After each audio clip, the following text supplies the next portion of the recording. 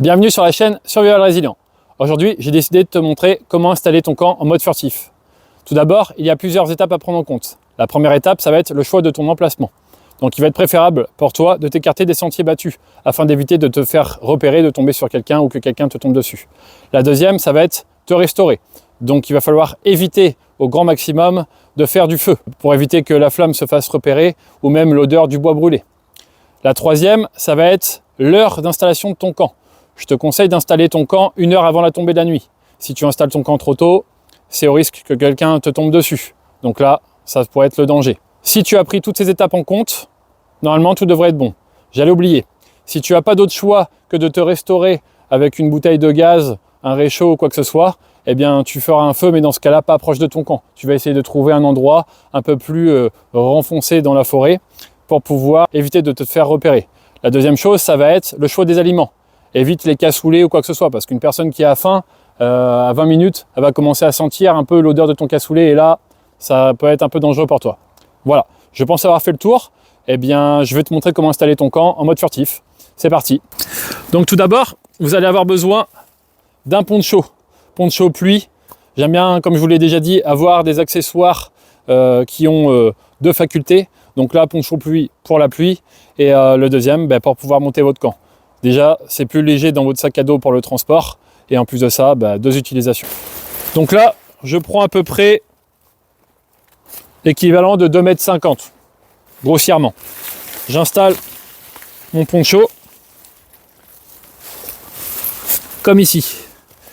Afin d'éviter d'avoir la pluie, on ne sait jamais, qui tombe et qui vous mouille à l'intérieur, je vous conseille de prendre la capuche et de faire un petit nœud, comme vous avez pu le voir ici. Le nœud par l'extérieur, très important. Si vous mettez à l'intérieur, vous allez avoir un petit puits qui va vous couler dessus pendant la nuit. Donc voilà. Ensuite, vous allez avoir besoin de petits tendeurs. Vous voyez, donc moi j'en ai trouvé sur Amazon. Je pourrais vous mettre les liens si jamais ça vous intéresse. Et j'ai déjà mis mes petites cordes afin de pouvoir installer mes piquets. Donc là, vous allez prendre à peu près une hauteur de 50 à 60 cm du sol pour la tête. Pour les pieds un peu plus bas, on va dire 10 cm d'écart. 60 cm pour la tête et puis 50 cm pour les pieds. C'est parti. Donc là, j'installe mon premier tendeur. Hop. J'installe mon deuxième à peu près à 50 cm. Ok. Pour la hauteur, je vérifie. Je suis pas mal. Voilà. Pour ça, on est bon. Je vais tout d'abord remonter pour pouvoir installer mon camp. Hop. Donc là, tout est calculé pour, comme je vous l'ai dit, monter votre camp en mode furtif. Si c'est pour du bivouac, pour du bushcraft ou du trek, on n'est pas du tout sur la même chose. Donc là, vous avez mon sursac avec mon duvet à l'intérieur. Vous voyez, sursac pluie, super léger, et j'ai mis mon duvet à l'intérieur. Voilà, pas de matelas, comme ça vous comprendrez vite pourquoi si j'ai besoin de le replier. Donc là, je vais installer ça ici, comme vous pouvez le voir. J'installe tout ça, je vais pousser mon sac de l'autre côté pour que vous puissiez bien le voir. Donc voilà, là je suis prêt, mon sursac est étanche, mon duvet est à l'intérieur. Il n'y a plus qu'à installer le poncho. C'est parti. Donc là, vous pouvez fabriquer vos piquets bois comme ce que j'ai fait. Je me suis déjà un petit peu repéré les emplacements afin de ne pas perdre trop de temps pour la vidéo. Donc c'est parti, je vous montre. Donc là, vous installez, hop, comme vous pouvez le voir, on est à ras le sol. Vous ne pouvez pas vous faire repérer. On est à l'abri, donc ça c'est pas mal aussi. Donc là, vous voyez, j'ai pas de faîtière. Vous pouvez en mettre une si jamais. Ça évitera d'avoir la capuche qui vous tombe dessus et de faire un puits. J'en ai pas mis dessus, c'était vraiment pour vous montrer comment installer votre camp. Et puis voilà, j'ai un autre accessoire qui peut être intéressant à avoir dans son sac, qui prend peu de place. Je vous ai gardé ça en bonus. Ça va être un petit filet camouflage, afin d'éviter de vous faire repérer. Hop. Donc là, vous pouvez mettre ça par-dessus, comme ceci. Vous pouvez les mettre devant vos piquets. Évitez de mettre vos piquets trop haut, parce qu'on pourrait ne pas voir votre camp, mais repérer les piquets à distance. Voilà. Comme vous pouvez le voir, si je prends des feuilles et que j'installe ça sur mon camp, je serai quasiment transparent si je m'écarte un petit peu des sentiers battus. Si vous voulez, je vous invite à faire le test.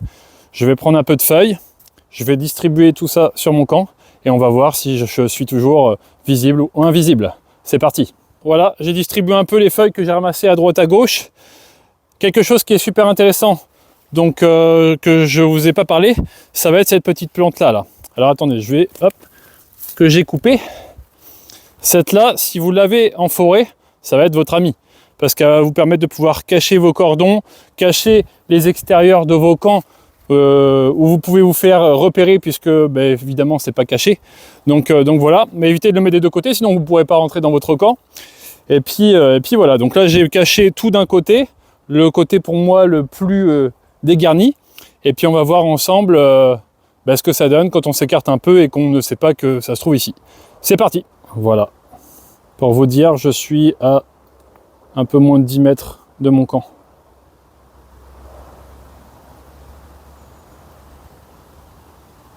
Est-ce que vous voyez quelque chose? Allez, je me rapproche.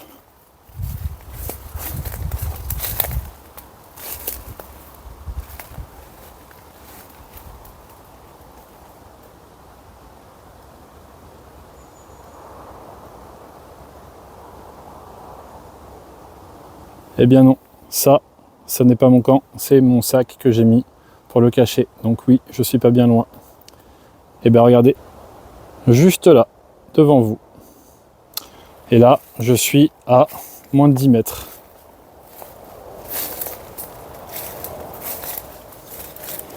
Voilà. Bon là, comme vous pouvez le voir, ici il y a un chemin. J'ai cherché un endroit qui était plus ou moins plat pour vous montrer la vidéo.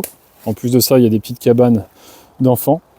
Mais voilà ce que ça donne. Avec un filet de camouflage, quelques feuilles, mes herbes coupées devant les extrémités, comme vous pouvez le voir ici et ici. Et voilà. En petit bonus, j'ai décidé de vous expliquer pourquoi j'ai choisi aussi ce camp, en plus du fait que ce soit à basse hauteur et éviter d'être repéré. On est quasiment à hauteur des buissons et tout ça. Donc pourquoi j'ai choisi ce camp-là? Vous allez vite le savoir. Imaginez-vous que là j'ai installé mon camp, qu'on est un peu plus en lumière tamisée, puisque comme je vous l'ai dit, on va faire ça 1 heure avant la tombée de la nuit. Donc il fait quasiment noir. Là, à l'heure où je fais la vidéo, il est 16 h. On est en plein mois de décembre. Donc si vous voulez, on est encore un peu de la marge pour la tombée de la nuit. Donc pourquoi ce camp? Eh bien ça va être simple. Imaginez-vous qu'il y a quelqu'un que je me suis fait repérer, ou sans être même repéré, que j'ai entendu un bruit à quelque part, il va falloir que je lève le camp très vite. Eh bien c'est ce qu'on va faire. On va voir en combien de temps je lève le camp. Donc là pour ça j'ai mis un chronomètre, et puis on va voir ensemble combien de temps que je mets. C'est parti? Allez, top chrono.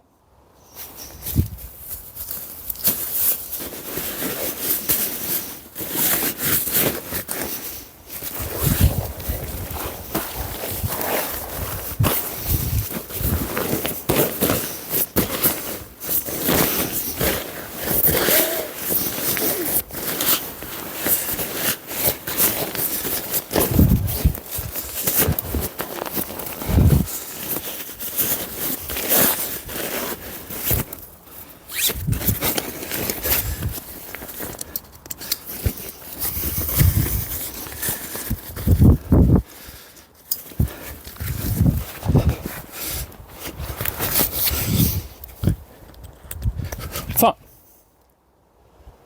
Voilà. Je n'ai pas regardé le chrono, je me suis jamais entraîné, c'était le but de la vidéo. Jamais d'entraînement, afin de... Je suis un peu essoufflé.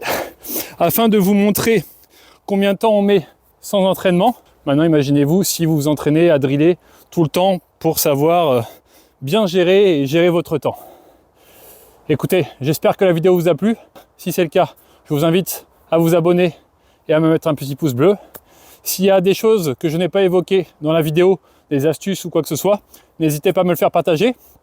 C'est donnant-donnant, je ne peux pas tout savoir. Voilà, merci à vous et à bientôt pour de prochaines vidéos.